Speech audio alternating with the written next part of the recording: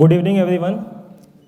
We want that education by which character is formed, strength of mind is increased, the intellect is expanded, and by which one can stand on one's own feet. With these words of Swami Vivekananda, I welcome you all to day one of Vivekananda Youth Leadership Convention. Every year, on the occasion of National Youth Day, Vivekananda Samiti organizes Vivekananda Youth Leadership Convention with the motto of evolving our understanding of society and nation building. Especially, we focus to integrate these aspects into our careers. The theme of today's panel discussion is education system, goal, current status, and way ahead. For a brief introduction of the panel members, we have our director, sir, Professor Abhay Karandikar, Padma Shri Mahesh Sharma ji, who is founder and president of Shivganga, and Swami Shastrajnananda ji, secretary of Ramakrishna Saradapith, Belur. The panel will be moderated by Swami Atmashraddhananda ji, who is secretary of Ramakrishna Mission, Kanpur.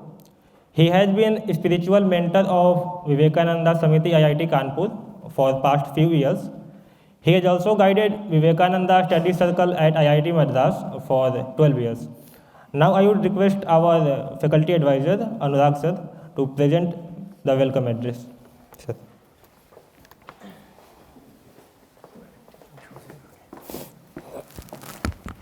Hello everyone.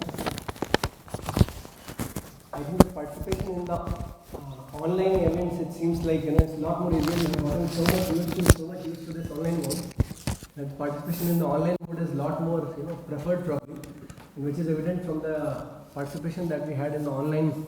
I think yesterday, right? So hopefully, I think there are some PE things going on. So we'll begin the. Do I need it? Hello, can you hear me? That is for recording. Oh, okay, sorry. So, all right, namaste. I'm Anurag Tripathi, and on behalf of Vivekananda Samiti team, I welcome you all to this Vivekananda Youth Leadership Convention 2023. Before going further, let me first tell a few words about what Vivekananda Samiti is, and then maybe a bit about the Vivekananda Youth Leadership Convention. Vivekananda Samiti is one of the oldest club under the Students' Gymkhana, and if I'm not wrong, it probably functions. It has been there before most of us were here, probably barring maybe Mahesh ji and some other people. It has been there for more than 55 years.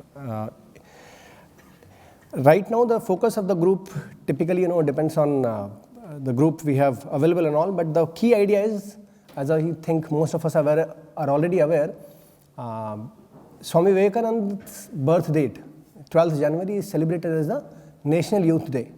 And the whole idea is that for Indians, no more appropriate youth icon can be found as suitable, as appropriate, as dynamic, as charismatic, as Swami Vivekananda.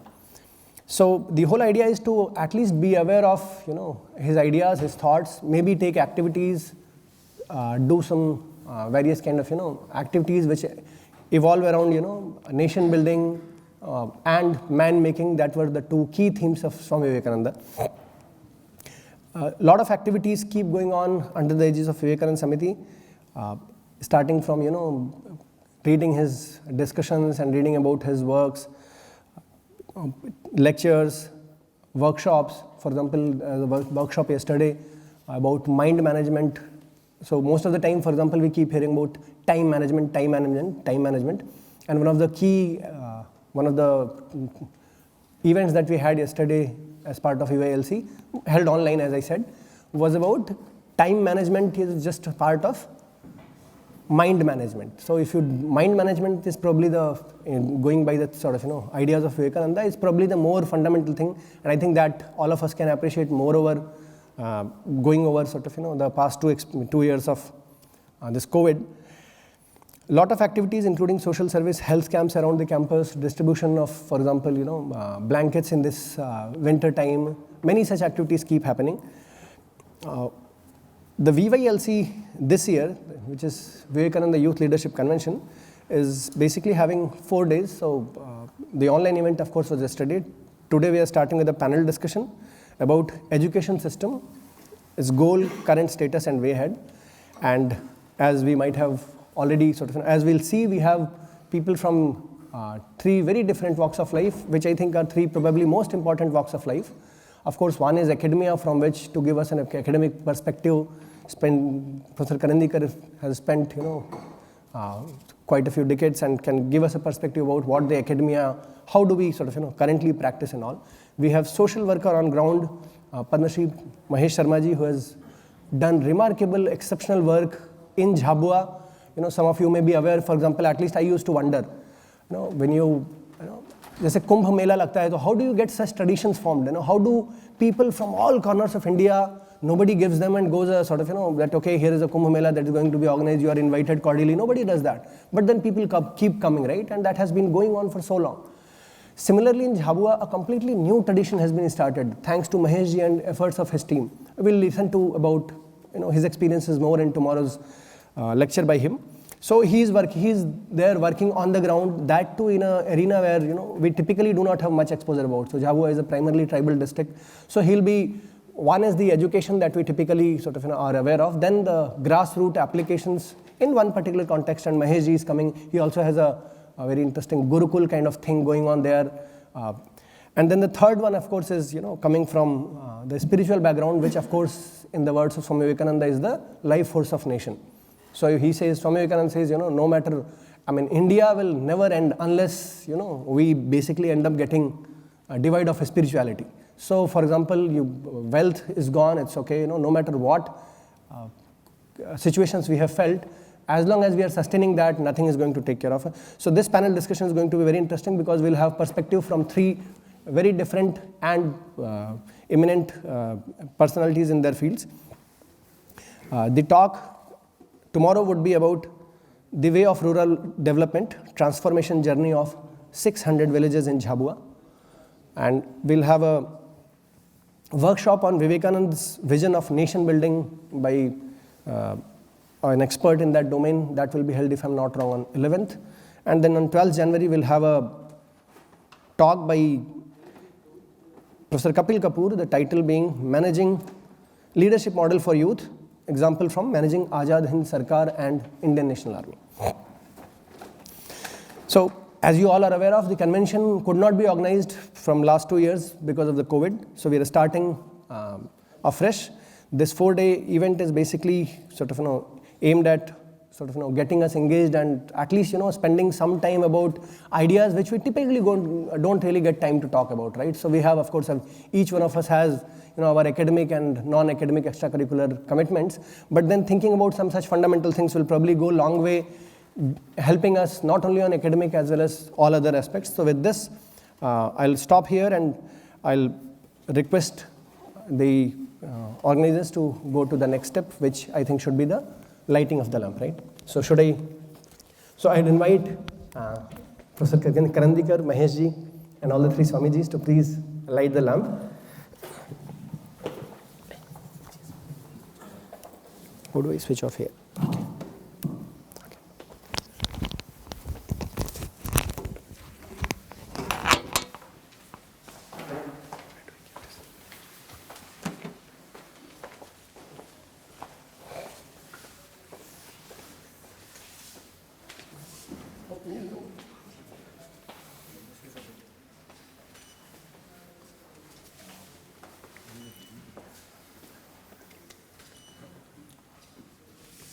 Okay.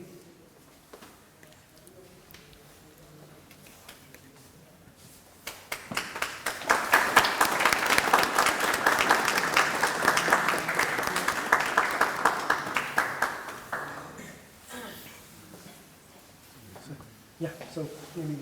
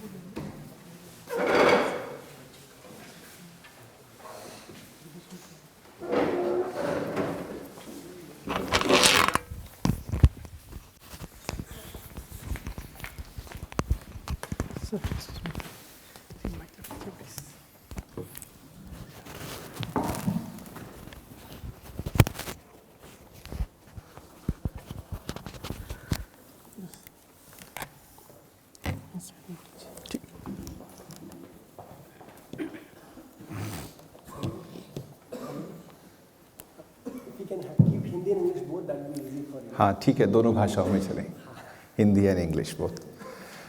So my greetings to all the participants here.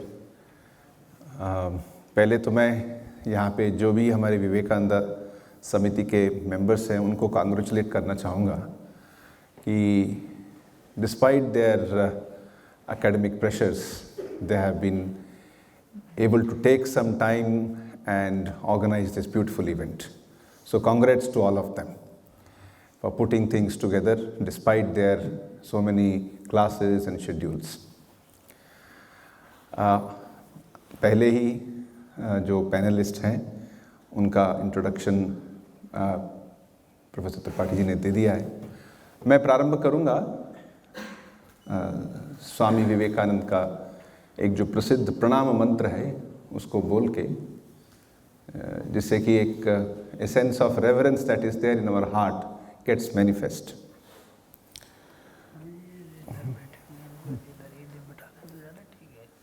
Suggestion है आप में से कुछ यहाँ भी आ सकते हैं, इस तरफ भी आप आ सकते हैं, पास में रहेगा, थोड़ा बैलेंस हो जाएगा.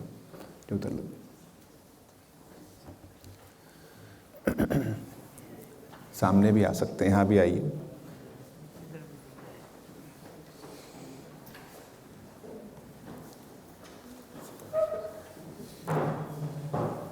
पीछे बैठने की ऐसी आदत लगी है ना. आगे आओ इधर. आइए, आगे आइए. This is no longer a class, so you can come to front. I mean, a regular class, if I can say. Of course, this is a class.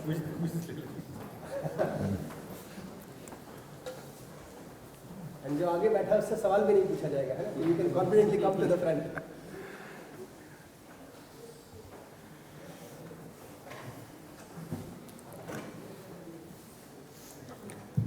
So I shall just chant this pranama mantra. Om Namah Shri Atirajaya Vivekananda Suraye Satchit Sukha Swarupaya Swamine Tapaharine. Swami Vivekananda's birthday is on 12th January. That's according to the English calendar. We also celebrate his birthday as per the Indian calendar. So इस साल 14 तारीख को पड़ रहा है, after 2 days. That is traditionally observed in the Ramakrishna mission centers as a day of puja and bhajan and activities of that type. But 12th January is celebrated in the mission and outside the mission.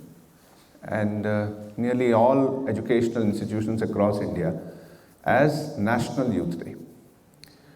1985 में government of India ने एक circular issue किया था. कहा था कि we want that Swami Vivekanand, this is summary of that, we want Swami Vivekananda as a icon before the youth. So his birthday is now to be celebrated as national youth day. तो उसी संदर्भ में ये संगोष्ठी, ये पैनल डिस्कशन आज हमने यहाँ ऑर्गेनाइज की है. And the subject is of interest to all of us. That is education. We have named it as education, its goal, its present status, and the future ahead. तो एक subject है जो सभी को इंटरेस्ट करता है. विशेषकर यहाँ पे जो हम सब we are all pursuing education from different angles. There are students, there are teachers, there are those who are not directly teachers, but we are involved in what we call as parallel education. Parallel in the sense जो main education में नहीं है उसको दूसरी तरफ से उसको supplement कर रहे हैं. So let us begin with this idea. So we have with us our directors, dear Shri Abhay ji, Karandikar ji, and Swami Shastrajnananda ji, who is the secretary of our Ramakrishna mission Saradapith. It is next to the Belur Mutt. Belur Mutt is our headquarters, and it is one of the very large and very big education institution.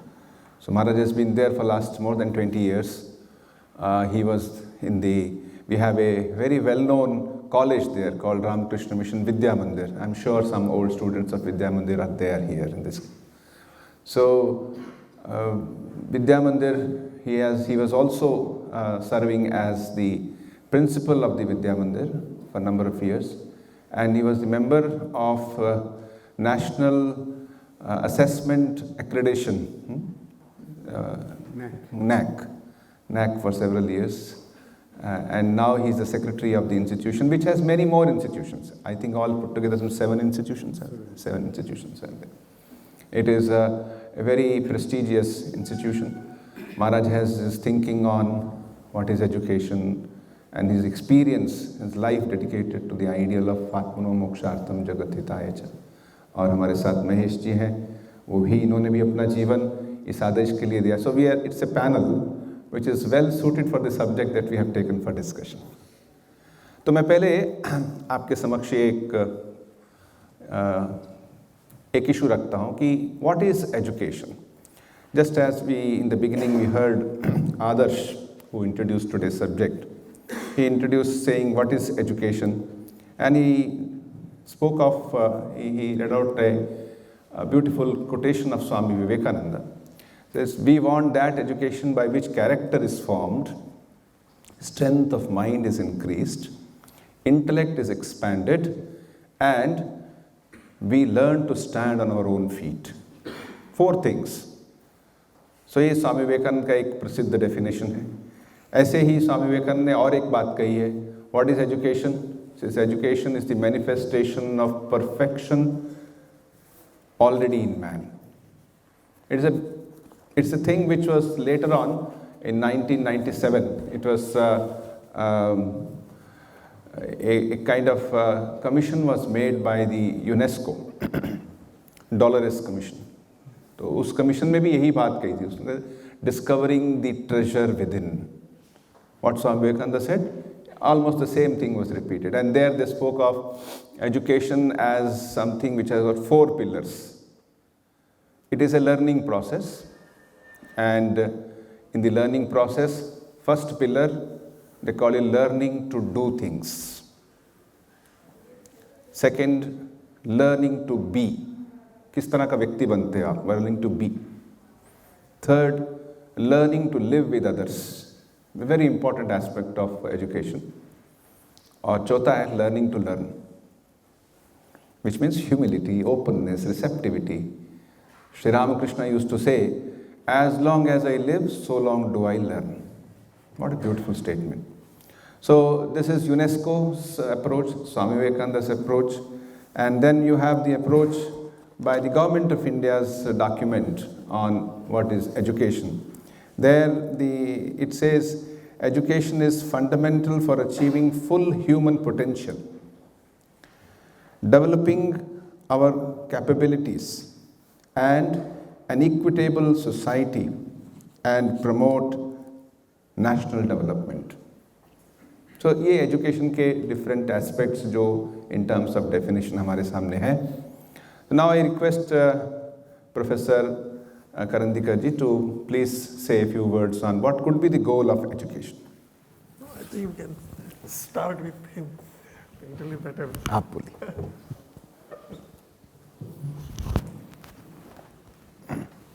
मुझे जब आप बोल रहे थे तो कम समझ में आ रहा था. क्या बोलूं बताइए. अच्छा, आप कहिए कि मतलब शिक्षा का क्या उद्देश्य होना चाहिए. सभी को नमस्कार. और मंच पर जो चर्चा चल रही है उसमें आज की बात नहीं है, भविष्य के लिए भी बात है. अभी तक की हमारी बड़ी यात्रा हो चुकी है शिक्षा को लेकर के. तो एजुकेशन में क्या होना चाहिए इसका विचार करने के लिए बैठे. तो हमारे मनुष्य के जीवन में आंखें हैं तो देखना आना चाहिए. और देखने आने के लिए अंग्रेजी में क्या बोलते हैं, PhD, डॉक्टर ऑफ फिलॉसफी, दर्शन. मतलब दर्शन देखने के लिए हमें PhD करना पड़ता है. तो इसका अर्थ है कि देखना क्या है, जो हमें दिखता है वो बहुत कम दिखता है. तो देखने के बहुत माध्यम हैं. हमको अंदर देखना है तो कैसे देखना, बाहर देखना तो कैसे देखना, दूर का देखना तो कैसे देखना, गहराई का देखना तो कैसे देखना, आपके मन के अंदर क्या चल रहा है वो देखना तो कैसे चलना। तो एजुकेशन का अर्थ है कि जो भी नागरिक बन रहा है उसे देखना आना चाहिए। कैसे आएगा, इस पर हम विचार करेंगे। तो हमारे जीवन के अंदर 5 ज्ञानेंद्रियां हैं, वो विकसित होना चाहिए। सुनना आना चाहिए। सुने कैसे, क्योंकि सुनने से जो ज्ञान आता है, तो सुनने की जो ज्ञानेंद्रिय है वो विकसित होना चाहिए। पशु पक्षियों की बात हम कैसे सुनेंगे जो बोल नहीं पाते, हमारी भाषा नहीं जानते, वो उनकी बात हम कैसे समझेंगे। समझो कोई भवन है, वो बोल रहा है, कुछ बोल रहा है, ये दीवारें कुछ कह रही है, कुछ यहाँ की शांति है, शून्य, वो उसमें से कोई ध्वनि निकल रही है, वो कैसे हम सुनेंगे। शांति की ध्वनि कैसे सुनेंगे। तो एजुकेशन का मतलब है कि सुनने का विकास होना चाहिए। गंध, सूंघना, सूंघना मुहावरा भी है कि बहुत दूर की चीजें कैसे पता लग जाए। सैकड़ों साल पहले क्या हुआ, सैकड़ों साल बाद क्या होने वाला है, प्रकृति में जो परिवर्तन है वो कैसे होगा, ये में आना चाहिए। छूना आना चाहिए, क्योंकि छूना सबसे बड़ी कला है। छोटे बच्चे तो छू करके ही संवेदना समझते, वो सुन भी नहीं पाते, देख भी नहीं पाते, वो स्पर्श से ही पता लगाते हैं कि अपना कौन है, पराया कौन है, अनुकूल कौन है, प्रतिकूल कौन है। तो ये बड़ा विस्तृत ज्ञान है छूने का। तो रूप, रस, गंध, शब्द और स्पर्श ये विषय है, इसी से ही शिक्षा बनी है। शिक्षा का मतलब ही है कि हम देख करके समझ जाए। बाहर का रूप देख रहे हैं लेकिन बाहर का परिपूर्ण नहीं है, तो फिर उसके अंदर का देखते हैं, फिर उसमें अंदर और बाहर मिला के फिर व्यवहार देखते हैं। व्यवहार के बाद भी भूत भविष्य देखते हैं कि आप पहले कैसे थे, अब कैसे हैं, आगे कैसे होंगे। तो शिक्षा का अर्थ ये है संपूर्ण व्यक्तित्व विकास। उसमें हमारा मन भी है, तो मन कैसा होना चाहिए। तो मन की विशेषता ये है कि वो सदाचारी होना चाहिए। दूसरे व्यक्ति का सुख वो उसको हमेशा ध्यान रखना चाहिए। मैं यहाँ बैठा तो मुझे ध्यान रखना चाहिए स्वामी जी या ज़्यादा अच्छे रहेंगे, तो मेरे मन में पहले ध्यान ही आ रहा है मुझे पानी पीना है, तो मुझे लग रहा है कि इनको भी पीना है, तो मैं पहले ही इनका ध्यान रखूँ। तो हर व्यक्ति का कर्तव्य है कि मुझे मिलने से पहले इनको मिल जाए, जो भी मुझे मिलना है वो पहले इनको मिल जाए। तो ये मन का विकास है।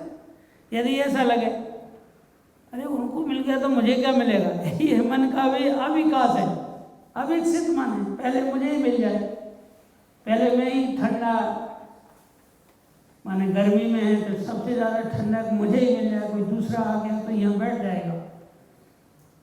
तो ये जो सदाचार है ये मन से संबंधित है, बुद्धि से क्या संबंधित है। सुनी हुई बात का सत्यान्वेषण करना, वैज्ञानिक कोई भी बात सुनी है उसका सत्य समझना, सत्य का अन्वेषण करना, सतत अन्वेषण करना। इसी को कहते हैं नित्य नूतन चिर पुरातन। जो पुराना हो गया नया हो गया, उसमें परिवर्तन क्या है, क्या हो सकते हैं, इसी से फिर विज्ञान उत्पन्न होता है। बुद्धि के विकास से जो जितना बुद्धिमान है, तो सभी है ना, बुद्धि सभी के पास है। उस बुद्धि को ऐसा अवसर मिल जाए कि वो निर्माण कैसे हुआ, विकसित कैसे हुआ, और विकसित क्या होगा, मेल से क्या होगा, बेमेल से क्या होगा, क्या परिवर्तन हो सकते हैं। तो हमारा जो विकास हो रहा है ये बौद्धिक विकास हो रहा है। तो मन है और बुद्धि है, शरीर है, शरीर भी सक्षम होना चाहिए, स्वस्थ रहना चाहिए। इसमें बहुत सी चीजें रहती है। जड़ता है तो जड़ता को तोड़ने का इसमें अंदर भाव निर्माण होना चाहिए शरीर में। शरीर यदि अविकसित रहा तो हम आलस से नहीं लड़ सकते, प्रमाद से नहीं लड़ सकते। तो हमारी एजुकेशन सिस्टम में बहुत अच्छे ज्ञानी हैं पर कर नहीं पाते क्योंकि शरीर दुर्बल है। युवावस्था और वृद्धावस्था का संबंध शरीर से नहीं। आदमी शरीर की वृद्धावस्था में भी युवा रह सकता है, क्योंकि वृद्ध शरीर होता है, मन नहीं रहता, और मन शरीर से काम करा लेता है, उसमें इतनी सामर्थ्य रहती है। फिर हमारी कर्मेंद्रियाँ हैं, जो भी ज्ञान हमने सीखा है, सुना है, समझा है, उसे हमें करना आना चाहिए। उससे 64 कलाएँ निकली हैं, पुरानी नई भी बन सकती है, 64 की 640 भी हो सकती है। हमको बोलना आना चाहिए, ये हमारी कला है कि हम बोले कैसे, देखे कैसे, ये कला है। देखना विद्या है और देखे कैसे, ये कला है। हम किसी काम को कर रहे हैं तो करें कैसे, बैठे कैसे, चले कैसे, रहें कैसे, तो ये कला है। तो ये कला आती है कर्मेंद्रियों की। वाणी कर्मेंद्रिय है, हाथ से पकड़ना है तो पकड़े कैसे, छुए कैसे, आपके सामने दिखे कैसे, ये कला है। कला बहुत प्रकार की है। हम कपड़े हैं, कपड़े हमारे दिखे कैसे, बने कैसे, उत्पन्न कैसे हो, विकसित कैसे हो, ये किससे होगा? कर्मेंद्रियों से। तो ये हमारी कर्मेंद्रियाँ हैं। कर्मेंद्रियों में हाथ है, कर्मेंद्रियों में पैर है, कर्मेंद्रियों में वाणी है। तो ये बाहर के समाज के कार्य करने के लिए 3 कर्मेंद्रियाँ हैं, और शरीर बहुत महत्वपूर्ण है। जैसे मशीन होती है वैसे वो भी तो रहना चाहिए। तो इसके अंदर भी कर्मेंद्रियाँ हैं, पाचन तंत्र है, बहुत सी चीज़ें हैं अंदर, रक्त, मांस, मज्जा, मेद बनता रहता है, ये बनता रहे इसमें। तो हमारी कर्मेंद्रियों का विकास परिपूर्णता से होता रहे, तो कभी हम ये नहीं कहें ये मुझे नहीं आता, ये मुझे नहीं आता, ये आता है, बस इतना आता है। तो कलाओं में निष्णात होना। तो कलाएं कितने प्रकार की हैं? कोई नृत्य कर रहा है तो नृत्य केवल नाचना नहीं है, वो तो थकान मिटा देता है। अच्छा नृत्य हमारे झाबुआ में करते हैं 10 घंटे, थकते ही नहीं। थक गए हों तो नृत्य कर, और जो नृत्य थका दे वो कला से बाहर की चीज है। आप अखाड़े में उतर जाएं और आप थक जाएं, तो जिस कर्म से हम थक जाते हैं वो कला नहीं। कला क्या है? आपको हल्का कर देगा, नई चेतना ला। तो इसलिए किसी भी कार्य को जब आप लिख रहे हैं, पढ़ रहे हैं, सुन रहे हैं, देख रहे हैं, तो वो यदि उसमें कला होगी तो आप डूब जाएंगे, और डूब जाके हल्के हो जाएंगे, भार भी अनुभव नहीं होगा, तो हम अधिक कर सकते। कलाएं हमारे जीवन में जो काम हम 100 साल में कर सकते हैं वो हम 10 मिनट में भी कर सकते। 100 साल का काम, क्योंकि कला के माध्यम से करेंगे। ये जो अपना संस्थान है ये वास्तव में क्या है? टेक्नोलॉजी क्या है? कला ही तो है। कैसे करना? विज्ञान की बड़ी बड़ी खोजें हो गई, पर वो मनुष्य के हाथ में कैसे आएंगी? तो वास्तव में तो ये कला संस्थान है, जिसको हम प्रौद्योगिकी संस्थान बोलते हैं। ये कला संस्थान, कलाकार बन गए तो सबसे बड़ा कलाकार कौन है? भगवान, जो दिखता ही नहीं। तो कर्मेंद्रियाँ इतनी विकसित हो जाए कि हमारा कर्म दिखे और कर्ता ना दिखे। ये एजुकेशन सिस्टम की बात है। यही हमारे भारत में भी ज्ञान यही है। तो कर्मेंद्रियों का विकास वो कितने प्रकार से हो सकता है, ये हमारी चर्चा का विषय है कि हम सोचें, सभी लोग सोचें, क्योंकि कर्मेंद्रियों की सामर्थ्य अनंत है। यहाँ से बैठ के हम सूर्य का ताप नाप लेते हैं, सूर्य तक कोई नहीं पहुँच पाया, लेकिन बहुत सही नाप ले लिया। धरती को किसी ने नहीं देखा, पर धरती गोल है, धरती लंबी है, धरती भारी है, धरती गहरी है, धरती के क्रोड़ में बहुत बड़ी ऊष्मा है। ये हमने बिना जाए देख ली। ये हमारी कलाएं हैं, कलाओं से जानते हैं। साधन मिल गए तो और ज़्यादा लाभ हो जाता है। तो साधन कैसे बनेंगे? साधन बनाता कौन है? कलाकार। तो ये कर्मेंद्रियों का विकास होना चाहिए, ज्ञानेंद्रियों का विकास होना चाहिए। ये संपूर्ण व्यक्तित्व विकास हो गया तो इसी को हमारे भारत में ऋषि, मुनि, ज्ञानी, विज्ञानी, साधु, संत ये शब्द बोलते थे। जो जितना बड़ा कलाकार, जो जितना बड़ा विद्वान, तो विद्वान भी हो और कर्मशील भी हो। यदि एक है तो काम नहीं होगा। ऐसे बहुत से जानवर हैं, वो हमको देख के उदाहरण है कि उनके हाथ पैर नहीं तो उनकी सीमित है। मनुष्य की परिपूर्ण कलाएं हैं। तो मनुष्य सर्वाधिक विकसित हो सकता है। समस्त सृष्टि में पशु पक्षी जो भी हमारे 4 प्रकार की जलचर, थलचर, नवचर, इनका यदि हम विचार करें, ये समझो स्वयं ही विकसित होना चाहें, तो उसमें एक मनुष्य भी, सारे लोग देहधारी हैं, सारे लोग प्राणधारी हैं, उनमें सर्वाधिक विकास यदि वो स्वयं भी सोचें तो किसका ज़्यादा हो सकता है? यदि हम विज्ञान में सोचते हैं कौन सा पदार्थ ऐसा है जो सबसे ज़्यादा ऊर्जा पैदा कर सकता है? ऊर्जा तो सभी में है, पर किस में ज़्यादा हो सकती है? तो ये मनुष्यों में सबसे ज़्यादा विकास हो सकता है। तो ये विकास होने वाला जो तत्व है मनुष्य, यदि अविकसित रहेगा तो समाज ही अविकसित रह जाएगा। तो समाज के जीवन के अंदर उत्कर्ष लाने का काम, सब रहे, सब सुखी रहे, सबको जीने का अधिकार है, सब प्रसन्नता से रहे, सब प्रचुर मात्रा का उपभोग करें, सबके लिए करें, तो सामाजिक जीवन बन जाता है। तो समाज जीवन के लिए हम समर्पित हों, ये भी हमारे सबके अंदर एजुकेशन में आ ही जाना चाहिए। जैसे अभी एजुकेशन का जो वातावरण है, देखो पूरे एजुकेशन सिस्टम में प्राइमरी से लेकर और विश्वविद्यालय की सबसे उच्च पढ़ाई तक कहीं भी आपको ये नहीं पढ़ाया जाता कि आप किसी से पैसे लो, बेईमानी करो। पढ़ाया जाता है क्या? पर पढ़ने के बाद वो बिना सीखे कैसे सीख जाता है? पावर का दुरुपयोग करना कैसे सीख जाता है? इसका मतलब वातावरण है कि हर पढ़ा लिखा है जैसे लगता है कि यदि मैंने रिश्वत नहीं ली, मैंने पावर का दुरुपयोग नहीं किया तो मेरा जीवन बेकार है। जितना ज़्यादा पावरफुल है, जितना बड़ा IAS, IPS ये बन गए, अब इनको अपन क्या बोलते हैं? उच्च शिक्षित बोलते हैं। इसका मतलब ये उसको किसने सिखाया? और बताते समय लोग क्या बताते हैं कि देखो तुम पढ़ जाते तो धोखा नहीं खाते। भाई किससे खाया मैंने धोखा? भाई पढ़ने वाले ने और अनपढ़ के 2 संबंध हुए। तो मैं अनपढ़ हूँ, मुझे नहीं पता, फिर मैंने धोखा किससे खाया? पढ़े हुए से खाया। और पढ़े हुए में ये पाठ्यक्रम में नहीं, इसको बोलते हैं वातावरण, शैक्षिक वातावरण। क्या कि हमारे सारे पढ़ने के बाद भी कहीं पढ़ाया नहीं जा रहा है, क्लास में नहीं, पाठ्यक्रम नहीं, कागज में नहीं लिखा, बोलने में नहीं आता, सब माँ बाप रोकते, शिक्षक बोलते, लेकिन हो ऐसा जाता है कि जब भी उसके पास पावर आएगा तो वो दूसरे को परेशान करेगा, दूसरे को धोखा देगा। कैसे आगे?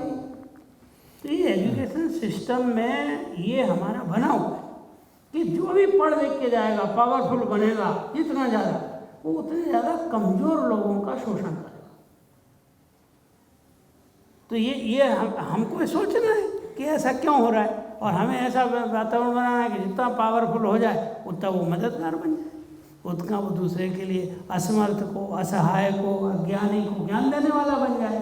तो ये एजुकेशन में जो कमियां हैं हम कैसे निकालें, और जो उसकी अच्छाइयां हैं उसको कैसे बनी रहे, ये एजुकेशन सिस्टम है। बहुत अच्छा। आपने अपने कर्मेंद्रियों को और ज्ञानेंद्रियों का विकास, मन का विकास और सभी के हित की बात कही। तो व्यक्तित्व विकास की आपने बात कही। सो डेवलपमेंट ऑफ पर्सनैलिटी, तो स्वामी विवेकानंद ने इसके ऊपर बहुत बल दिया, development of personality, holistic development. So Swami Shastragyan ji. Namaskar. At the outset, I will offer my namaskars and thanks to Professor Karandikar and Mahesh ji, and also to our faculty members and students who are here, and my pronouns to Atmashraddhananda. Mahesh ji was speaking in a very eloquent manner from his experimental level. In fact, in our Upanishads, there is a sentence, we call it Mahavakya. The sentence states, Prajnana Brahma.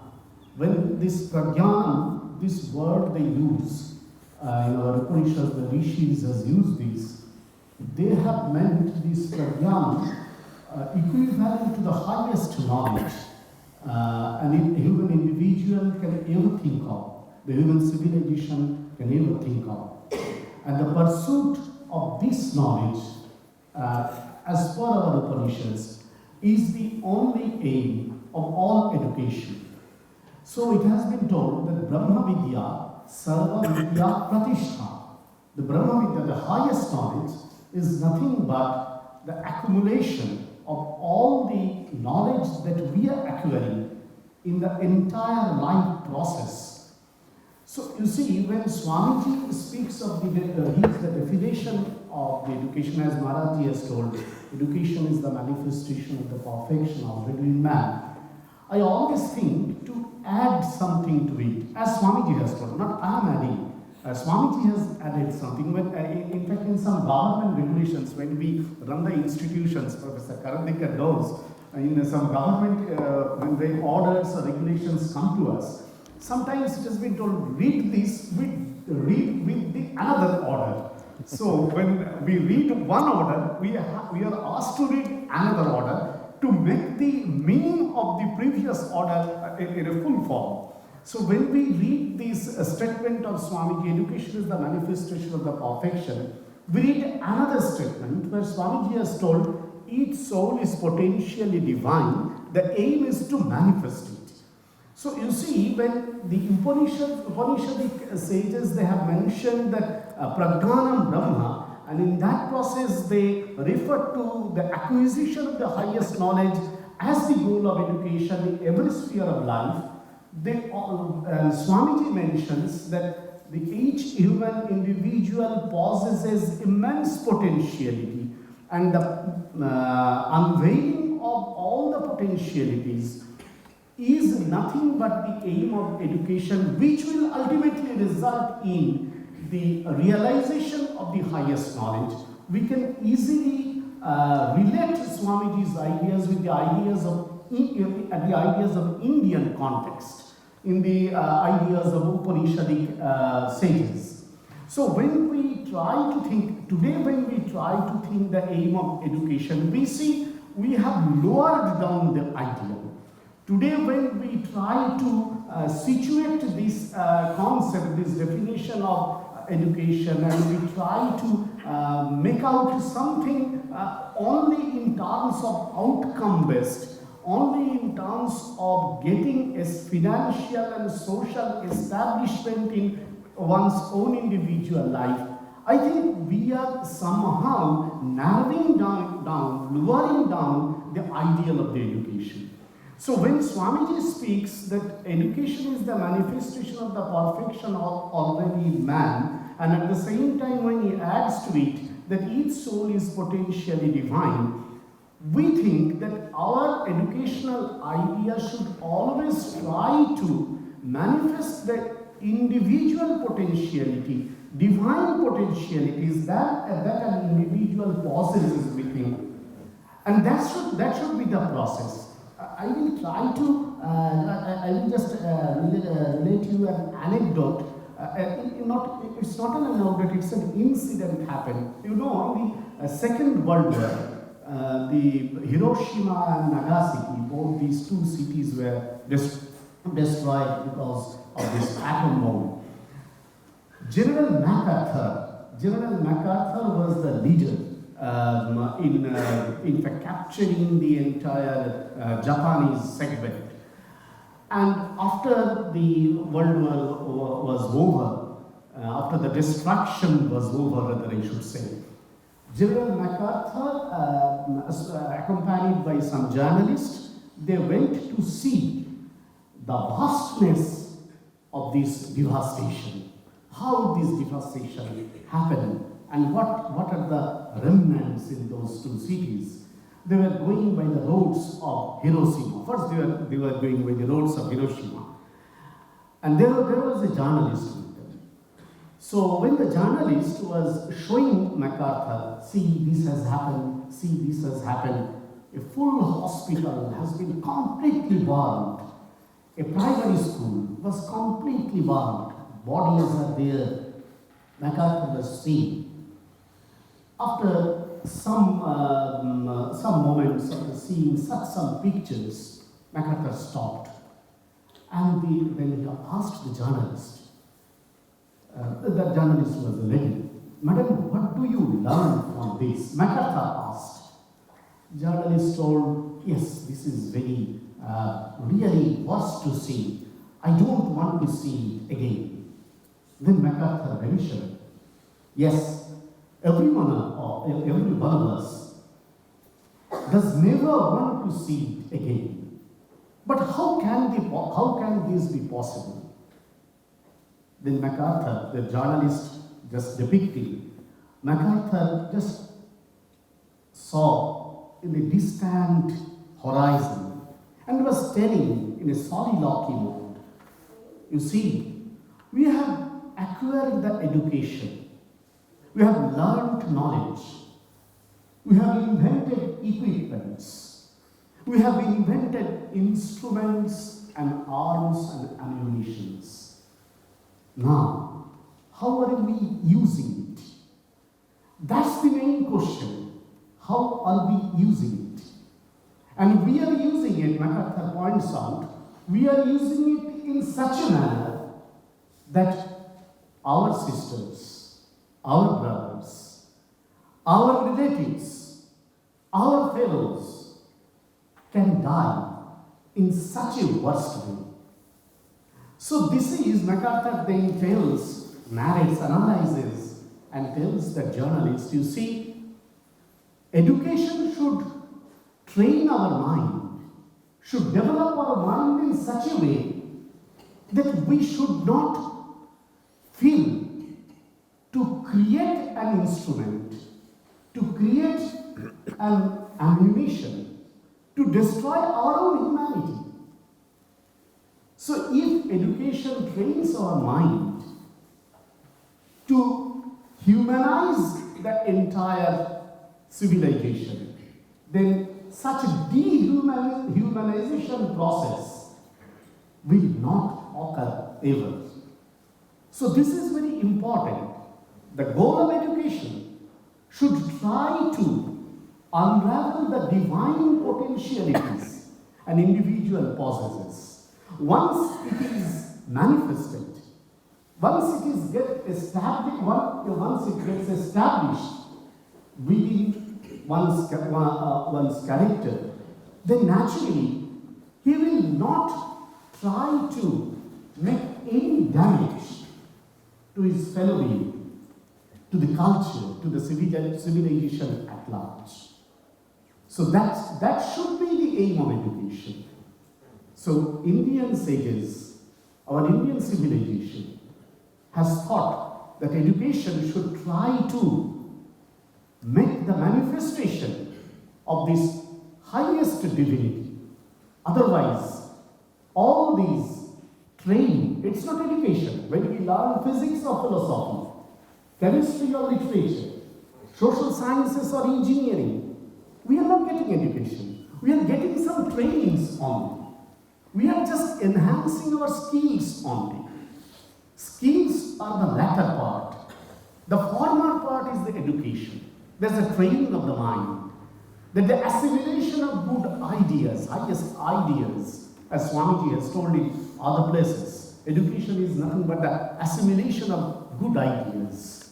So when we can assimilate the good ideas, when we can try to reach the highest level of knowledge, and in that process we will be able to manifest our divine potentialities, we will never allow ourselves to do any harm to any of our fellow beings in micro level or in macro level. So I think that is the aim, that is the curriculum our Indian context has given not only to us but to entire civilization. Swamiji has reiterated this point. Yes, Maharaj, thank you. That is education and skills. So we learn skills, we learn to enhance our skills, our capacities, but behind that is our education, which means our जो हमारे अंदर चीज़ होती है कि इन चीज़ों को कैसे इसका उपयोग करना है. So before we hear Professor Karandikar ji, I have a small anecdote to share. After the Second World War, a teacher, a high school teacher, sent a note to, kind of a circular, to all his colleagues in the school which was just opened. On that note, it was written. We have just come out of the Second World War. I have seen in this war how most well-trained architects built houses or laboratories where people were killed. I have seen very well-educated nurses giving injections to little ones to kill them. I have seen engineers doing remarkable things, building gas chambers like things for killing more people. So my dear colleagues, he wrote, so my dear colleagues, we are not here to create engineers, architects, doctors, or nurses, but we are here to create human beings. That is the purpose of education. ठीक ढंग से एक पूरे मनुष्य को बनाना, total development of the human being. Now we will hear Professor Abhay ji. Thank you. Thank you very much. First of all, I think Mahesh ji and Swami ji has very eloquently explained the meaning of the education, which is, as was pointed out, is the manifestation of the perfection that you already have in yourself. And Mahesh ji has in very great detail expanded on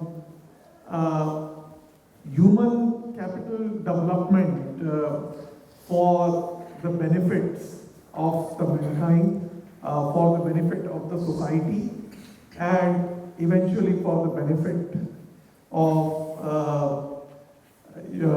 the entire world and nation in general. Both, I think, Samiti has given the anecdotes of the World War, and it is very clear that those distractions and I think Mahesh also gave the example of the people getting involved in corruptions, etc. There were all these examples point out that these things were done by so-called well-educated and well-trained persons.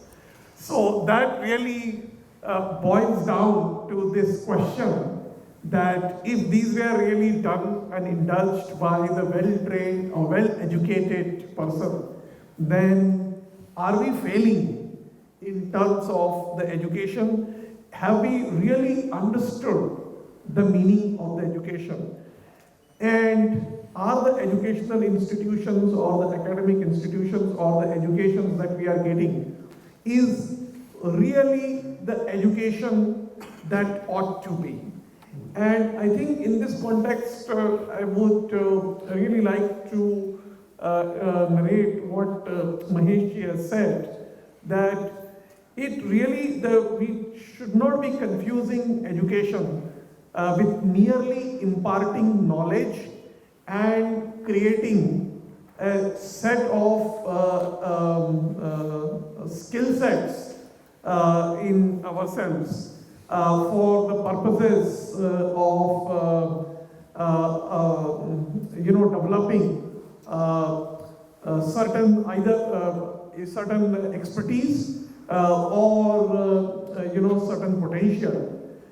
That therefore is an important difference between the real meaning of the education and only simply imparting knowledge and learning the skill sets. And unless we really reach to a stage where we have realized the perfection in ourselves, we have realized the meaning of the human capital development in its entirety, and we have realized the meaning of benefiting not only ourselves but our fellow beings and our society, we are really not imparting the true education to our fellow beings. We are only doing, skills developments or merely imparting the knowledge. Imparting knowledge and imparting skill sets only forms one small part of really imparting the education. The real, the education, therefore, as Mahesh has said, it comes on from your own indriyas. Not only that, it also comes on your own interactions with your colleagues.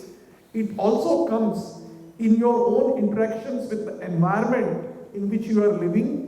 And this is a symbiotic relationship where not only your interaction changes the environment, but also the environment is changing in you. And finally, you live in this symbiotic relationships to a place where every one of ourselves have realized and manifested the perfection, and that will lead to a society and a nation where there is a harmony and there is an overall development. Unless we reach to that stage, we will be confusing education with merely knowledge gaining or knowledge receiving and skills development. And I think that is where the real distinction is. And I believe that in our schools and colleges and academic institutions, including in institutions like IIT, we have not yet reached a stage where we have realized the real meaning of the education. We are most of the time involved in imparting knowledge and developing skill sets, specific skill sets, either they are in engineering and technology, or they are in the medicine, or they are in the law, or they are in accountancy, or they are in finance, and so on. We are only developing the skill sets and imparting knowledge. So I think that is how I feel that we have to reach in our country, in our world, a stage where all of us realize the real meaning of the education and make the human beings and the human society as an educated society. Thank you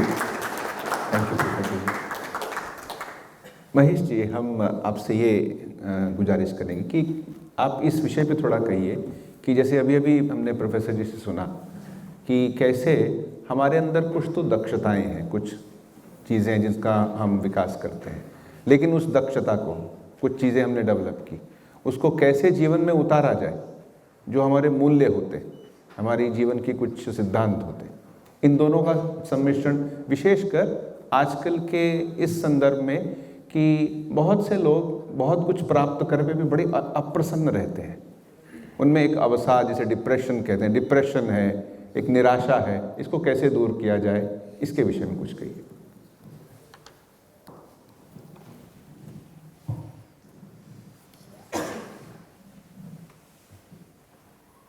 सामान्यतः यही बात है कि अप्रसन्नता कब आती है? जब हमारे मन में द्वंद्व आता है, करें कि नहीं करें, इस समय ये ठीक है कि नहीं ठीक, और निर्द्वंदता ये हमको प्रसन्नता देती है। समझो हम सभी लोग यदि अर्जुन की भूमिका में हैं, गीता है ना, हम सब लोगों ने पढ़ी हुई है, तो गीता अर्जुन को समझे तो माने गीता संवाद, तो उसमें कैसा है, एक व्यक्ति ऐसा है कि जो बहुत सामर्थ्य संपन्न है। अर्जुन में सामर्थ्य बहुत है, केवल युद्ध के मैदान की लड़ाई नहीं, सभी पूरे जीवन में संघर्ष और उसको पार करने का सामर्थ्य है उसमें। तो हम समझो हम सभी में से, लेकिन है कैसे कि सही समय पर सही काम नहीं करते। अर्जुन यदि सही समय पर सही काम कर लेते तो महाभारत नहीं होता। तो फिर उसमें श्री कृष्ण आए, श्री कृष्ण हुए, स्थिति का अध्ययन किया और उन्होंने कहा कि इसी व्यक्ति को प्रेरित करना है युद्ध के लिए,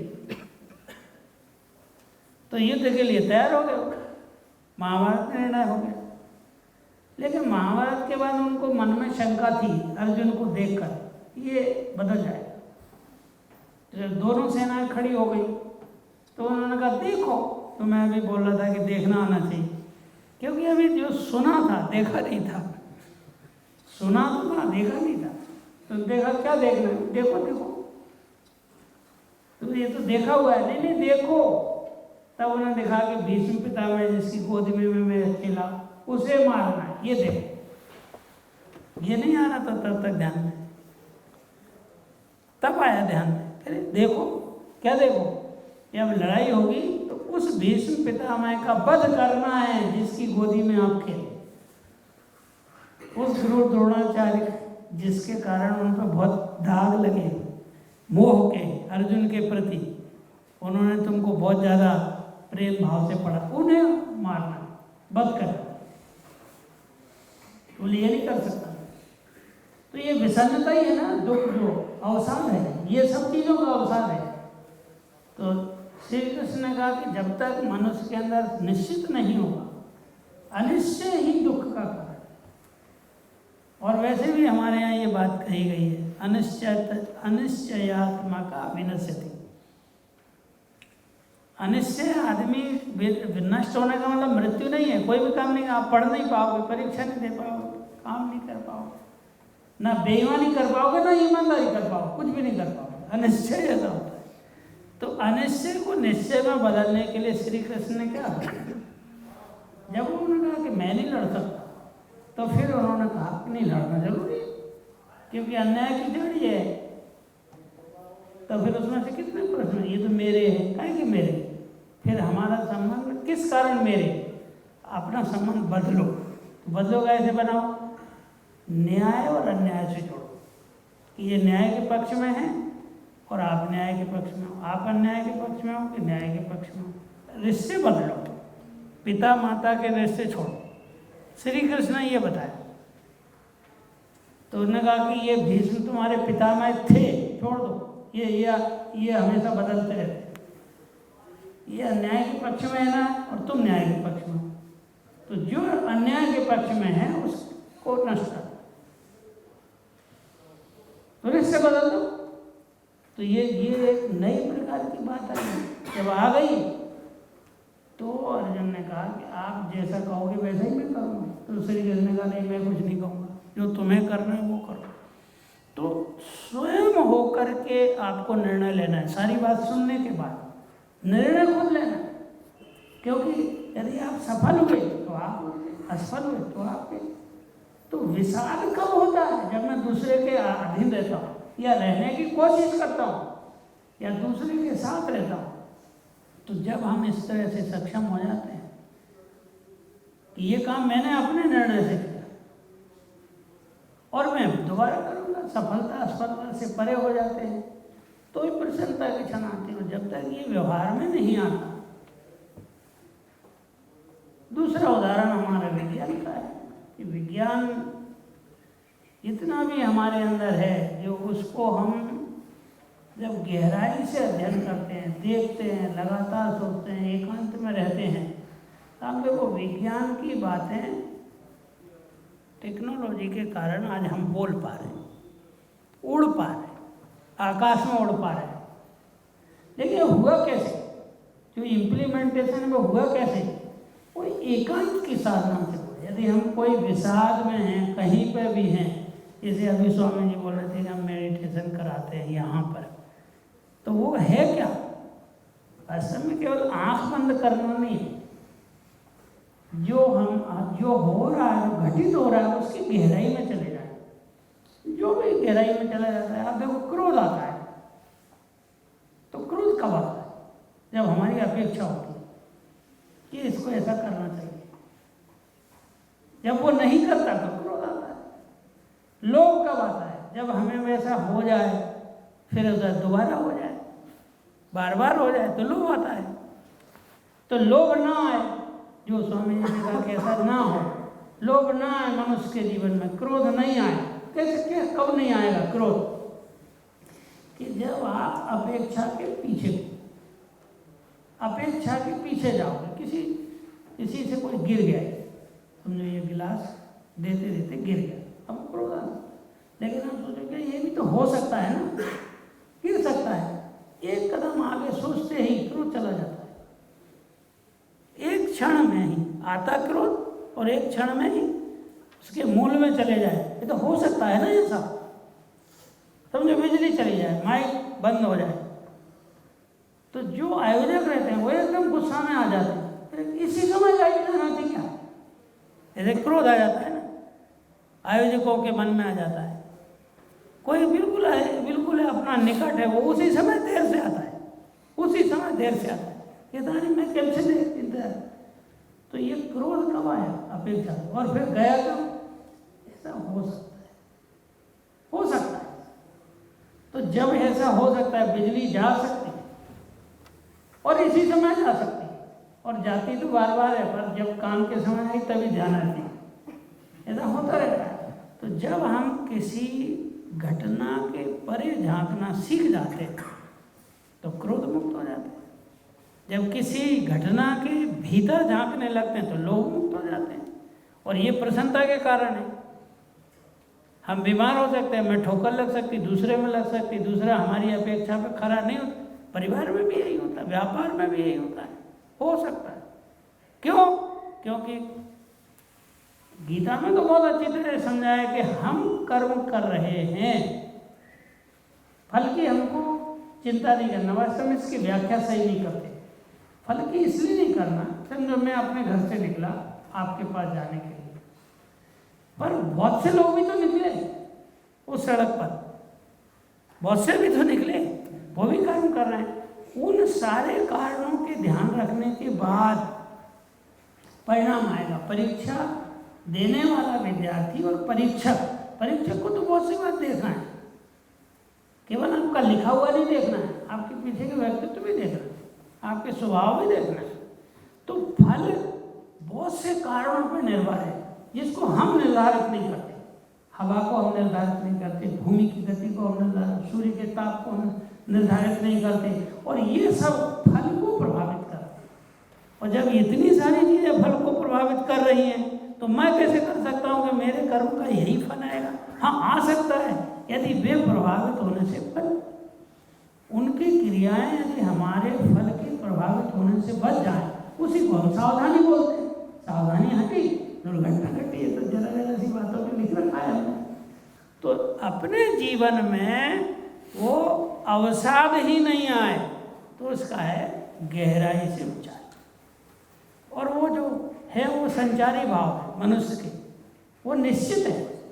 काम, क्रोध, लोभ, मोह, मद, मात्सर्य, जिसके कारण विषाद पैदा होता है, मन की दुख अवस्था आती है, तो उससे परे के स्थायी भाव शांत है, निर्वेद है, हास्य है, करुणा है, ये स्थायी भाव है। तो जब ये लाते हैं तो वो स्थायी भाव का तो प्रभाव क्षणिक है, तो क्षणिक को दीर्घगामी नहीं रहने देना, और दीर्घगामी को अल्प समय तक नहीं रहने देना। तो ये हमारे सूत्र है। और ऐसा नहीं है कि मैं बोल रहा हूँ वही है, क्योंकि स्वामी जी ने कहा, मैंने बोला आप सब हम सब बराबर के हैं, ऐसा कुछ नहीं है। भले ही आयु में अनुभव हमसे ज़्यादा है, लेकिन बुद्धि और आत्मा तुम्हारी सबकी बराबर है ना। तो हम उस स्तर पर सब समान हैं, अनुभव के कारण कम ज़्यादा है, तप के कारण कम ज़्यादा है, उस स्थिति में आ जाएंगे। तो ये तो सचमुच सुनी हुई बातों पर विचार करने के लिए ये गोष्ठी है। तो ये मेरा विचार था। बहुत धन्यवाद। So what Mahesh ji has said is a very important point. That is how we develop the power of introspection. So education should include that also. Not only we develop how to do well in our academics, which is very important, but also the power of reflection. Swami Vivekananda has spoken a lot about developing this inner power. I would request Maharaj to say a few things. Maharaj has rightly pointed out that Swamiji has once and again said this, that had he been given another chance to come on this earth and to learn the things, he would first try not to accumulate the information. Rather, he would try to sharpen the instrument, and the instrument is nothing but the mind. So this fine tuning of our own minds is one of the important aim, objective in our education system. And how can we fine tune our minds? You see, this is important for this purpose, because when Maharaji asked Maheshji this aspect of frustration, this all this frustration or anger, whatever happens, this happens in mental level. Then it becomes exposed in physical level. First it happens in mental level. If you like something, you are not allowed to get that. So you have become angry. Why I have been deprived of this thing. Then you have no way you have been able to get it. So you have become frustrated. Oh, what happens? I am not able to get it. Others are getting it. So competition starts. And once the competition starts, you are trying to compare yourself with some other person. Naturally, envy starts. Oh, he or she is getting this thing. The professor is favoring him. Or I have been deprived. Those people, they have got some very good books. They have got very good suggestions. So every time we go on thinking that I am at the level or at the part of not getting these things, and they are in the part of getting all those things. And this comparison naturally makes me more frustrated. But things are not like this. We need not blame every time others. That cannot be done. And for this only, this fine tuning of our mental world is very much required. What can we do? This is very much required for our students. Not for our students, I think for every individual. Mahesh has cited the example of Arjuna. You know, Arjuna was in the same state. I sometimes tell, Arjuna told in the first chapter of the Gita, Arjuna told, oh, these are the people, these are my relatives, they are present in the battlefield, so I will not fight. This is something very bad. This is a lame excuse. He has known from the, I think 1 month or 2 months ago, who were coming to fight with him. Does he not know? What is the foolish thing he is telling? He knew everything. That is only a separate aspect of mental level. That is his nervousness. Simple nervous breakdown is the case of Arjuna. This is nothing more, nothing less. So this happens in our case also. Whenever we face some odd situation, we get nervous. Whenever we don't get the expected results, we get dejected. So how can we build up our mind in such a way that these odds, these failures, do not stand in the way of my life, of the progression of my life? See, always we should try to always keep our mind as calm as possible. Serenity of mind is very much required. The practicing of calmness of the mind is hence a very important practice that every individual should do every day. When you start your day, sit quietly for some moments. At the outset, you will find the entire world as a slideshow. Just as it is going from one side to another side in front of your eyes. When you close your eyes, you will see the entire world, the external world is going as the slideshow. Let them flow. Just see it as you are seeing a cinema show. When you come here, you see a show. You are completely detached from the world. So when it happens in your mental level also, let it happen. Just you see it. Then you will gradually feel that your mental level is calming down. it is becoming serene, it is becoming cool, and the restlessness of mind will gradually simply wiped out. So this is the first level. Then in the second level, then you try to focus on some good people, some great prophets of our country. India is full of prophets, no problem. So you will be able to find out a prophet, his great life, his contribution. So at the second level, you find out a prophet and you try to Ramakrishna, whoever, Ramakrishna, Vivekananda, Buddha, Chaitanya, many are there. So you try to find out one. And at this second level, you try to focus your mind on that prophet's picture. Then you will be able to see that your mind in the beginning of this second level, it is not exactly able to cling to that, but gradually it will be able to stick to that photo, that picture. If at least these two steps you continue in the beginning of the day, every day, you will find that the restlessness of the mind is becoming low. And that less restlessness will enable you to give a stronger mindset that will also help you in addressing the odds. This is one. Second, always try to read some good books.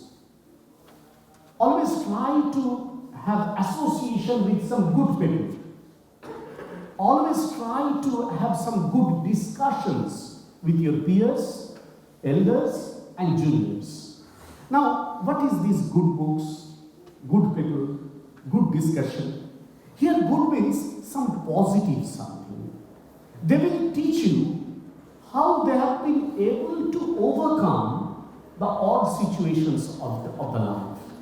If you go on reading all these things, if you go on discussing on all these things, this positive approach, this positive impression will be always with you in your mind. I'll tell you a very familiar anecdote. It's a mainly folk anecdote. It was there, mainly it has come from the African countries. Now it is available almost in all folk narratives. There was many of you may know that. There was a king and the minister. Both of them are very good friends, bosom friends. So they used to go for hunting. So one day the king and the minister and other associates went for hunting. So while they have started the hunting, suddenly due to some wrong things, some mistakes, the king had a very deep cut in his thumb. And it was profusely bleeding, thumb was almost cut, it was profusely bleeding and pain. So the minister came, what happened to you? Then the king told, you see, this has happened, this is really paining. The minister told, oh, don't worry, whatever God has done for your welfare only. That is a habit of the minister. Whatever would happen, he would tell this thing. Whatever God has done for your welfare. Once and again, the minister is telling that just to console his friend, the king friend. So king became really furious. He told, I have lost my thumb. It is paining, it is bleeding, and you are telling God has done a good thing for me in future. I don't know what good thing he has done for me in the future. But it is now, this is my position now. Again the minister told, now the king became so furious that he told all his other associates and guards that take this minister to the prison, to the dark prison, let him remain there, and we'll see what good God does for him. Minister took it very calmly and told the king, don't worry, God has done good for me. This order is also good for me. King told, all right, I will see you, go to the hell now, to the prison now. So he went to the prison. After some months, again the king started for another hunting. That time minister was not there, other associates were there. Somewhere in the deep forest, the king lost the way. He became also, other associates were going another way, and he was going in another way, so they were completely detached. So suddenly, the king was caught by the cannibals. That time in those forests, take it for example, the cannibalism was there. So cannibals caught hold of the king, and the king understood that his life is gone. The cannibals took the king, just bathed him, because this was the custom of those people to offer anything that they will get to their deity after worshipping, then they will eat. So they took the king, bathed him. When they were making the bath, this pious bath, they found the king did not have the thumb. But the defective body they will not be able to offer to the god. So they decided, no, we will not be able to eat this man, let him free. So they told the king, you go, we will not eat you because your thumb is not there, so it is a defective body, we will not be able to offer it to the deity. The king went back. When he was going back to his kingdom, his capital, he then remembered, yes, my minister friend told, whatever God will do, God does for my welfare only. At that time I would not lost this finger, now they will eat me. At least I have got back my life. So he went back, then he called his minister, told his guards that just free him, I must apologize to him. So the minister came back, the king once and again apologized to him. The minister again told the same tune, don't worry, whatever God has done for my welfare only. The king told, how can it be so? You spent these 3-4 months in this dark prison, how can it be good for me? The minister told, had I not been in the prison, I would accompany him. My thumb is not cut. So they would eat me instead of you. So you see, this is a story, but this gives the positive approach. Whatever we will do, whatever we will read, whatever we will discuss, we will try to have some this positive, we must try to acquire these positive impressions. So, these positive impression will help me in facing the odds. Whenever frustration will come, some positive instances I will have in my mind that will inspire me to face the odds, to defeat the frustration. So this is the second point, is very much important. And third very important point is, as Swamiji has told, always try to do some good things for other people. Doing good to others will give an individual immense pleasure. This pleasure is no short to the pleasure of realizing God. If you see the smile in the face of a beggar, in the face of a downtrodden, the joy you will find will always answer your questions in the time of the frustration. When you are frustrated, you are thinking that I am deprived of this thing, that thing. But at that point of time, you will be able to remember that there are so many people who are deprived of so many things in this world. I am getting many more, but they are not getting even their basic amenities of life. So if you open out your heart, if you go to the streets, you know the story of the happy prince, I think you have read it. The happy prince, he was confined in the 4 walls of his palace. So he could not understand how the people in need are really crying. So when he opened up the gate, when he went out of the confines of his palace, he understood. That's the Buddha. This is the realization of the Buddha. The famous message of Buddha when he got this Bodhi. What did he tell his first disciples, 5 disciples? Charatha vikshave charikam, bahujana hitaya, bahujana sukhaya, lokanukampaya, akthaya, hitaya, sukhaya, deva manusana. Please go, travel all around. At the end of his life, there is a very good anecdote. At the end of his life, when Buddha was lying down, almost he will pass away, one of his disciples, Om, came to Buddha and told, "Oh thou Lord, please advise us something very significant that we will be able to abide by whole of my life." Buddha told, "O thou old one, having been delivered, having been consoled, try to console others. Having been arrived at the other banks of the pains, make others enable to reach there." That is the aim of the life, not only of a sannyasi, not only of a bhikshu. That should be the aim of every individual. Start this practice from your student life. Try to keep this practice throughout your life. You will be able to see no frustration will be able to manage you. Rather, you will manage the frustration.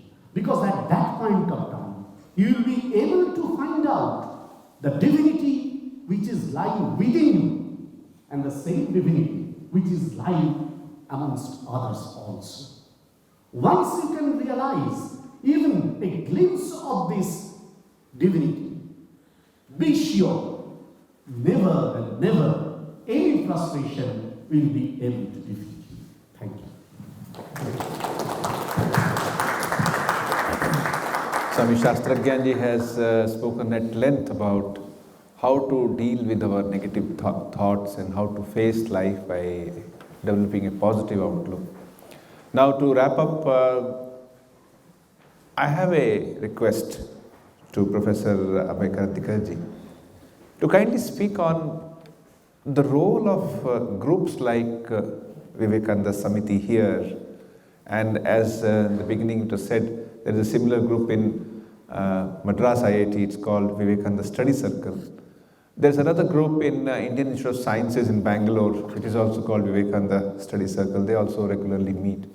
The role of these similar student bodies here or elsewhere in promoting a total development of personality, particularly in how to deal with the various situations in life. I think as Professor Tripathi has mentioned, that Vivekananda Samiti is one of the oldest clubs in the institute, and this actually gives a platform where students and also the faculty members and staff can actually come together and interact with each other and contribute to societal work, learn from each other's about the teachings of Vivekananda, and see how those ideals and teachings we can imbibe them in our life, and try to acquire those values and teachings in order for us to make a perfect human being, as far as possible. As I mentioned that in our academic institutions, just like in any other institutions, most of the time, if not all the time, most of the time is being concentrated on acquiring and focusing specific skill sets, depending upon the areas and disciplines and interests, research interests and departments of students. All of them are deeply involved in acquiring those skill sets, in acquiring those knowledge. But these platforms like Vivekananda Samiti gives them an opportunity to acquire those value sets, which acquire those knowledge and that teachings, which can then be used as was mentioned also at the beginning, to see that the skill sets and the knowledge that has been acquired in their curricular activities can be put to use for societal benefits and for making, for manifesting the perfection and for making a complete human being, for the benefit of all of us. So I think that is how we view this as an important platform outside their curricular or co-curricular activities. And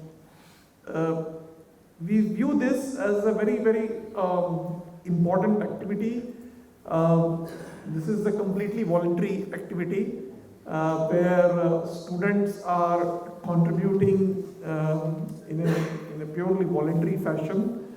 And through the network of the students, we would like to see that as many students get involved with the platforms as is possible and make use of this platform to realize their full potential.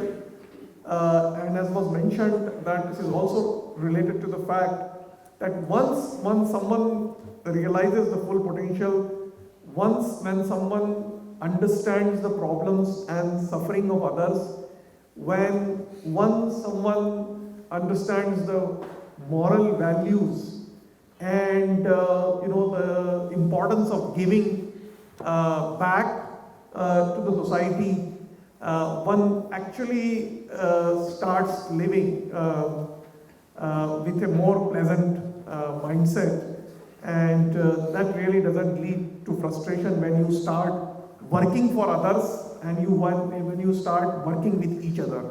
So I think that is really one of the objectives of such platform.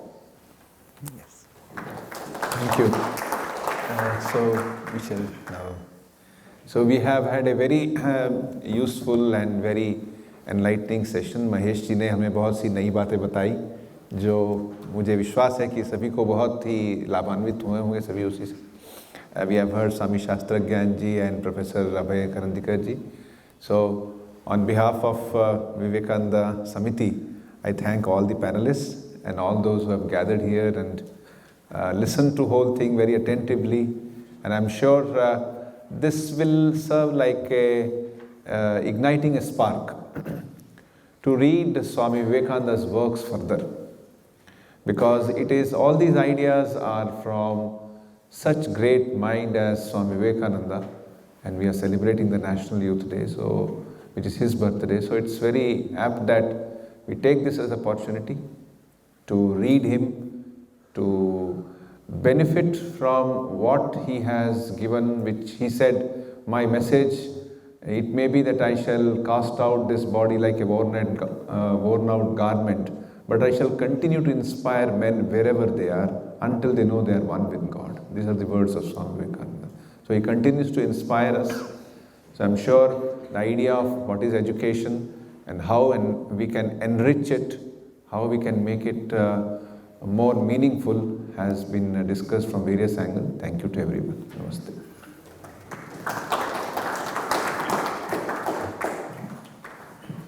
If there are any specific questions from the audience, we can take one or two.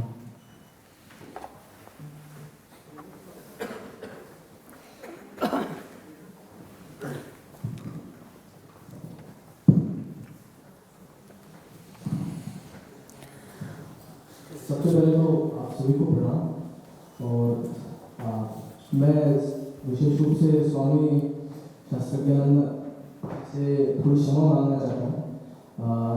मैं ऐसा नहीं मानता हूँ कि lord Ramchandra और lord Krishna they are prophet, because Shruti भगवती राम जी के लिए कहती है रमन्ते योगिनो मनते सत्यानंदे चिदात्मनि इति राम पदे नासो पर ब्रह्म विधीयते। और कृष्ण जी तो स्वयं ही भगवद गीता में कह रहे हैं अहम सर्वस्य प्रभु मद्दः सर्वं प्रवर्तते इति मत्वा भजन्ते मां बुधा भाव समन्विता।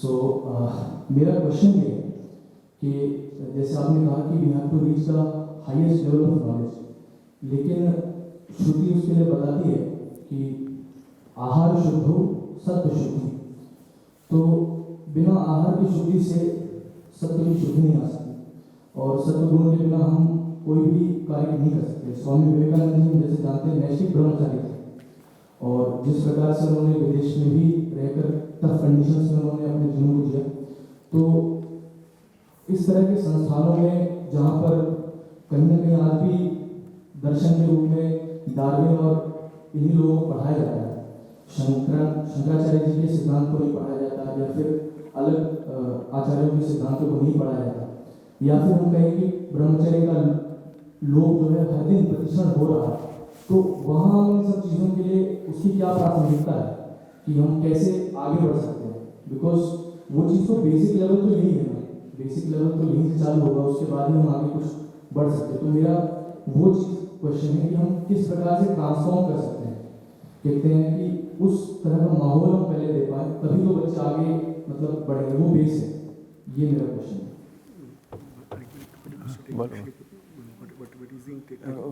He's saying how we can improve the conditions in the institutions like this, where Shankaracharya is not taught or where these things are not. You see, it's the very statement you have told. First, I will tell that when I have used the English word prophet, I have not used just as the word prophet is used in the English dictionary. In terms of incarnation, I have used it in case of Rama, Krishna, Buddha, Chaitanya, Ramakrishna. So please keep it correct. The second is the very sentence you have quoted, Ahara Suddho Satta Suddhi, and thereafter comes Satta Shuddho Dhruva Smriti. This Ahara Shuddhi, Bhagavan Shankara has explained it, that whatever you are taking, Ahara, Riyate ya ahara. So whatever we are taking means we are acquiring through our sense organs. We are getting many experiences, many impressions through our sense organs. So how can we improve this process of acquisition?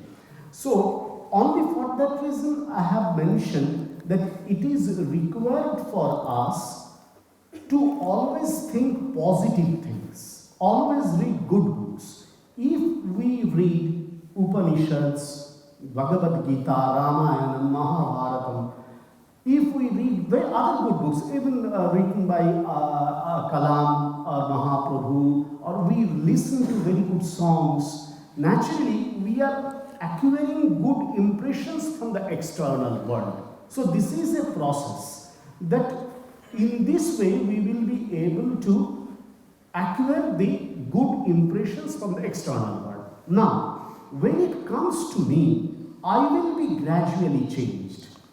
You see, if I want to change the entire world, first I am required to be changed. There is a very famous anecdote that one priest prayed to his Lord, "Oh my Lord, give me the power so that I can change the entire world." The Lord blessed him. After some 10 or 15 years, the priest was weeping. The Lord came and asked, "Why are you weeping?" The priest told, "I have tried to change the entire world, but the world has not changed even a list of it."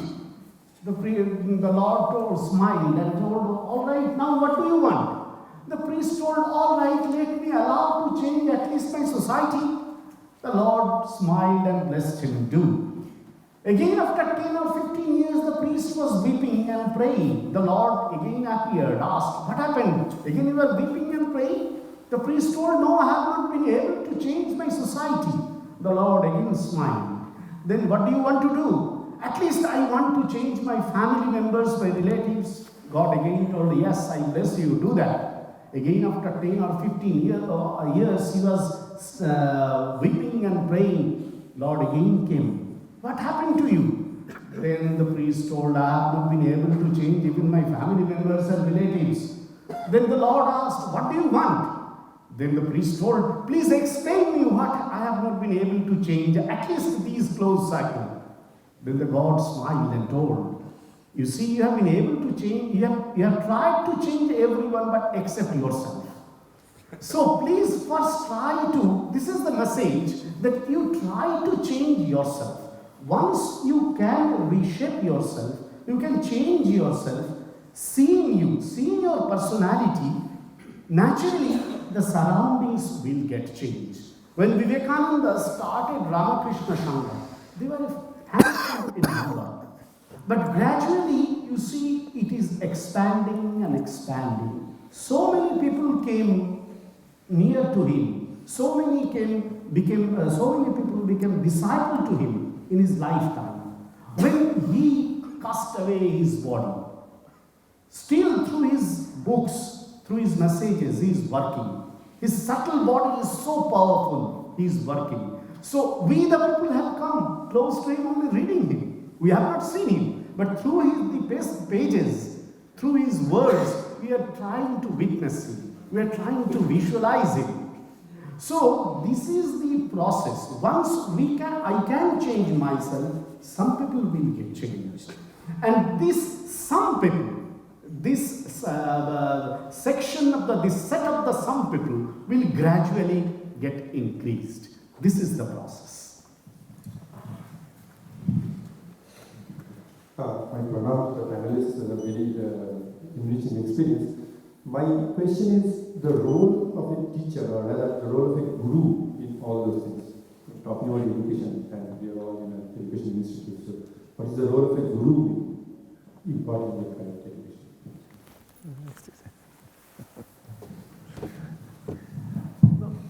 I think, as I already mentioned, that we are not, the real guru is not just, who is imparting simply the skill sets and the knowledge and training someone to become a better engineer or a better technologist or a better doctor. That is not the real guru. The real guru is that who can realize your potential and make yourself a perfect human being who can then contribute to the society and work with all of us in making this world a better place to live. I think that is the real thing, and all of us, really strive to be there. But as I mentioned, that we still need to have a model of education which is not just centered on skill development alone. And unless that is done, we cannot really transform a teacher or a professor into a real guru. Thank you. I have no question.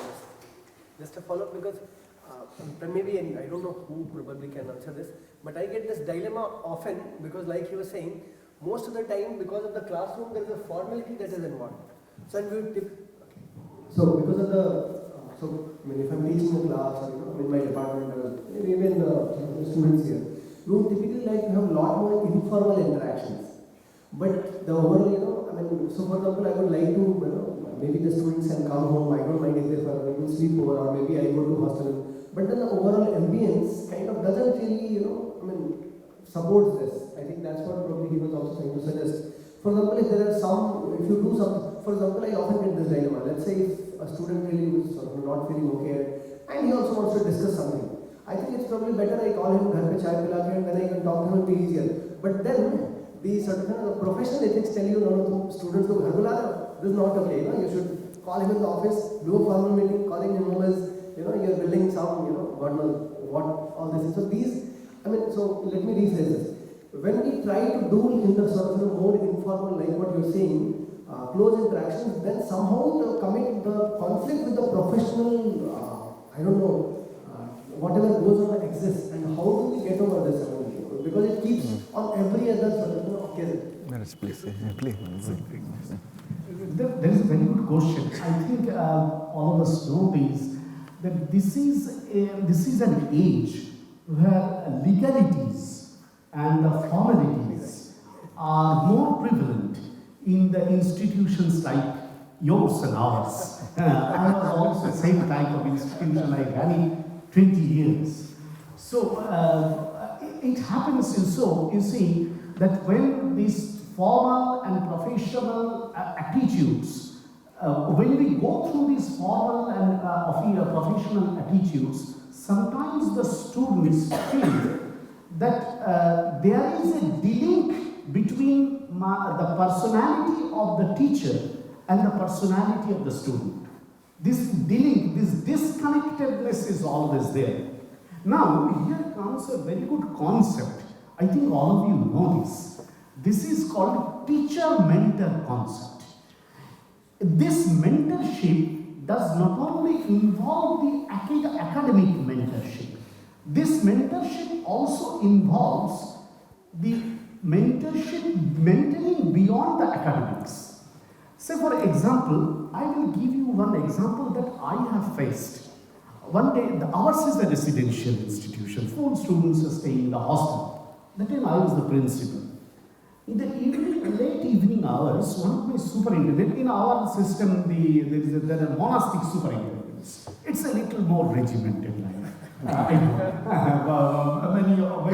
Some may like, some may dislike. Anyhow, so in the late evening, one of my superintendents rang me and told Maharaj, one boy, ours is a male institution, one boy is very much frustrated. Something happened, what we don't know. I am trying to console him, but he is not even taking the lunch, he has not taken, he has not gone to the classes, he has not taken the evening tiffin, and he is still lying down in the bed. I told, all right, can you send him to my office? He told, yes, I can send him. So during that time, I used to sit in my office even after the dinner. That was at 30 or 45 minutes in this night time, 9 to 10 o'clock I used to sit. And the students will come to me and different types of formal, informal interactions are there. So the boy came after the dinner and I asked what happened. He narrated an incident. I told, why didn't you tell it to your superintendent or your head of the department? Even to me.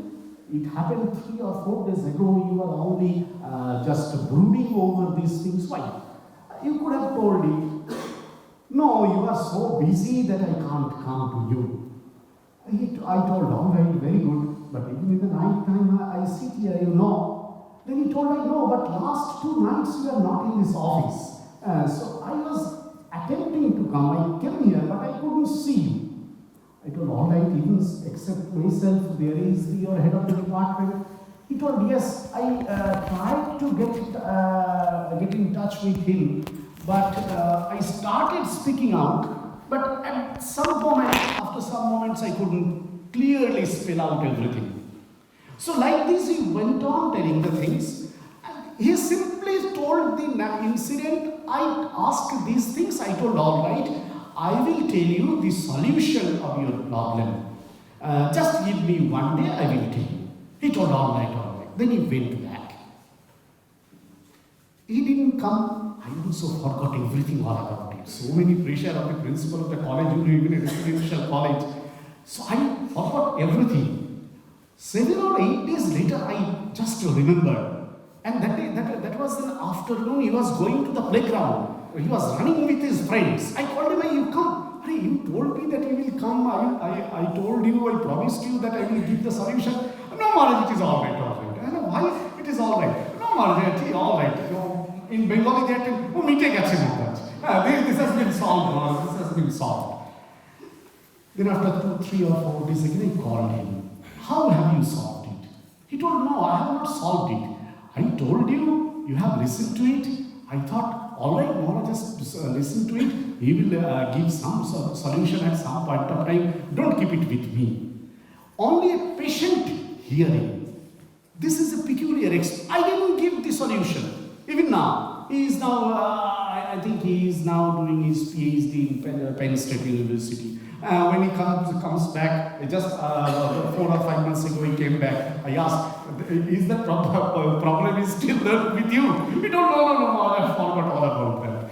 So this is a patient hearing. This is, I think, a formal, informal mentorship that we can, in fact, include in our activities. And you know, as we are going through these assessment accreditation processes, it is a component there that we have to prove. Our colleges, our universities, they have to prove that they are doing this mentorship, teacher mentorship. This is an important aspect. So this can be a solution. But I accept that these formalities, legalities are so much now that we can't do anything and everything. So in that case, we need to take the help of professional counselors also.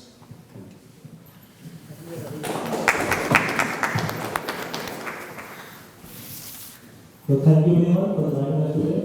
Downstairs there is a bookstall of Vivekananda literature, so please do check it out. And tomorrow we have a talk by Mahesh Sharma. The topic will be the wing of rural development, transformation journey of 600 villages in Bhargava. The work at here and there. So do join us tomorrow. Thank you.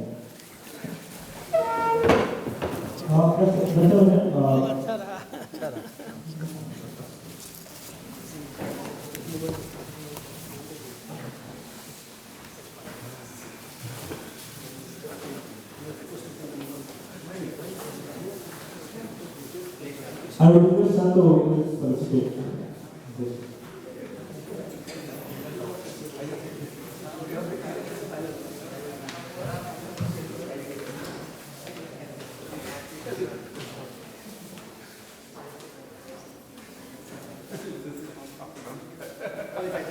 Thank you.